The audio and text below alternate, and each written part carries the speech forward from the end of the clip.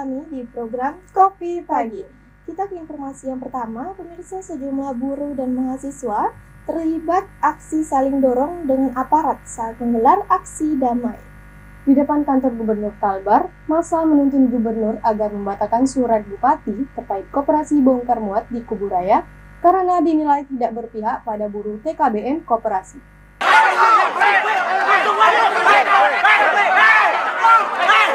Beginilah suasana saat sejumlah mahasiswa dan buruh bongkar muat menggelar aksi damai di depan kantor Gubernur Kalbar pada Rabu 30 Agustus 2023. Dalam aksi ini pengunjuk rasa meminta gubernur agar turun tangan menyelesaikan masalah koperasi tenaga kerja bongkar muat yang ada di Kuburaya.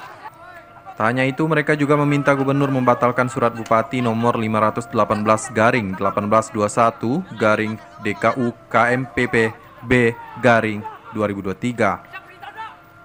Para buruh menilai ada keberpihakan bupati terhadap koperasi MJP dan mengakibatkan puluhan karyawan TKBM menganggur. Sempat terjadi aksi saling dorong dan ricuh antara massa dan aparat yang bertugas saat mahasiswa melakukan aksi bakar di depan kantor gubernur, namun situasi kembali kondusif. Calon-calon koperasi dalam arti kemitraan, anak-anak P1 Kota Kuburaya, anak P1 Kuburaya, bisa hadir ke depan bersuara untuk keadilan. Harapan saya gubernur bisa memastikan dengan konsep gubernur memberikan kita dokumen kepastian hukum, kepastian keputusan ini bisa segera dibatalkan. Sementara itu, Presma Fakultas Pertanian Untan yang juga menyampaikan orasi memastikan akan terus mengawal tuntutan para buruh hingga tuntutan tersebut diwujudkan. Namun sampai sekarang tidak berhasil dengan banyak alasan, dengan banyak berobat-obatan tentang kepentingan-kepentingan yang untuk diri sendiri. Aksi kebiasaan ini akan terus berlanjut sampai kami dan buruh PKBM bertemu dengan gubernur, sampai buruh mendapatkan kepastian hak-haknya yang berlanjut. Meski tak berhasil menemui Gubernur Kalbar, massa aksi tetap akan melakukan tuntutan melalui media sosial dan akan membawa massa yang lebih banyak jika tuntutan mereka tak dipenuhi. Setelah menyampaikan tuntutan, massa pun akhirnya membubarkan diri dengan tertib. Endra Pontipi memberitakan. Pemirsa, 5 pejabat eselon 2 dirotasi, Wali Kota Pontianak Edi Rusdi Kamtono menginginkan rotasi itu menghasilkan gebrakan dalam pelayanan. Edi juga berharap pejabat yang dilantik dapat segera bekerja menyesuaikan tugas dan fungsinya, serta memahami aturan. Wali Kota Pontianak Edi Rusdi Kamtono melantik 5 orang pejabat pimpinan tinggi Pratama setingkat eselon 2 di lingkungan pemerintah Kota Pontianak Rabu 30 Agustus 2023 kemarin. Pengambilan sumpah pejabat pimpinan tinggi Pratama, pejabat administrator dan pejabat pengawas yang dirotasi ini dilakukan di Aula Sultan Syarif Abdurrahman, kantor Wali Kota. Kelima pejabat yang dilantik adalah Yuli Trisna Ibrahim sebagai Kepala Dinas Perhubungan, Hidayat sebagai Kepala Dinas Penanaman Modal dan Pelayanan Terpadu Satu Pintu atau DPM PTSP, Syarifah Adriana sebagai Asisten Administrasi Umum, serta Utin Srilena sebagai Asisten Perekonomian dan Pembangunan. Selain pejabat setingkat kepala dinas, dilantik pula seorang camat Pontianak Utara yang diisi oleh Rusli Sudira. Sementara itu, Nuzulisa dilantik sebagai Direktur UPT Rumah Sakit Umum Daerah Pontianak Utara. Sedangkan untuk jabatan Kepala Satpol PP Kota Pontianak saat ini tengah dalam proses open bidding. Edi menerangkan rotasi kepemimpinan pada instansi pemerintahan merupakan hal yang biasa untuk menunjang efektivitas pekerjaan dan berharap pejabat yang telah dilantik untuk segera bekerja menyesuaikan tugas dan fungsinya. Yang jelas mereka kita sudah langsung bekerja sesuai dengan tugas fungsinya, kan mereka sudah senior juga.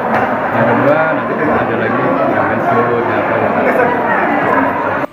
Selain kelima pejabat eselon 2, turut dilantik pula 24 orang pejabat administrator setingkat eselon 3 dan 31 orang pejabat pengawas setingkat eselon 4. Dalam kesempatan itu, Edi juga berpesan kepada para pejabat yang dilantik untuk kembali memahami peraturan yang berlaku, serta kepada semua organisasi perangkat daerah untuk mengoptimalkan pelayanan kepada masyarakat. Dengan begitu, kebahagiaan di seluruh tataran masyarakat akan bertambah.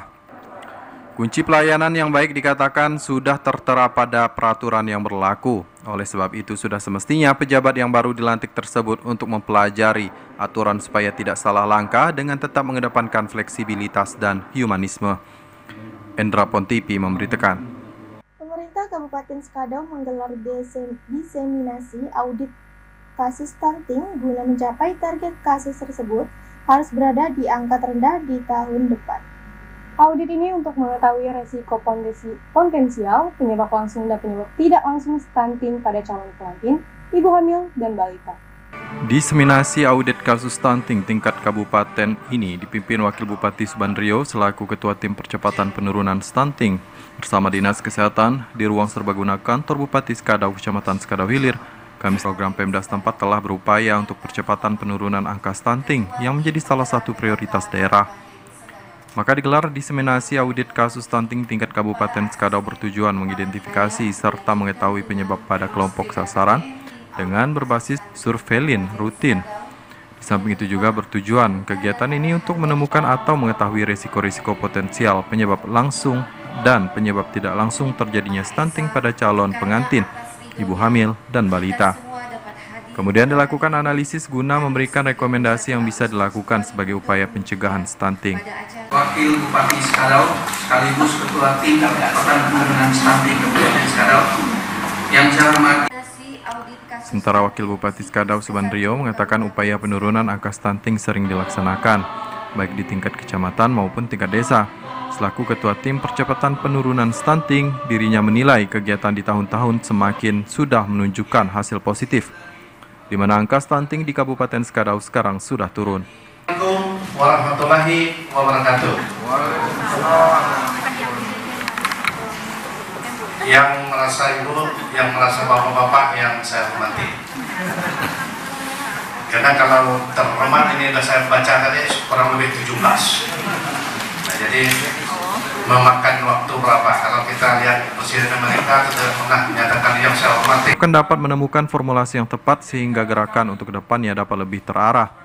Karena target pemerintah pada tahun berikutnya, kasus stunting sudah harus berada di angka terendah. Dari Skadau, Musmusin memberitakan. Baik pemirsa, itulah tadi 3 informasi dari tim News Redaksi dan Nusa Juga. Kami berdua akan kembali lagi Dengan berbagai informasi menarik lainnya, maka jangan kemana-mana, tetaplah di Kopi Pagi.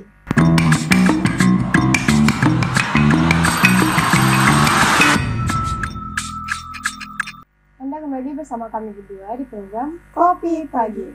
Nah, pemirsa, kami ada perkiraan cuaca pada hari ini untuk 14 kabupaten atau kota yang ada di Kalimantan Barat yang kami himpun dari bmkg.go.id. Nah, langsung saja.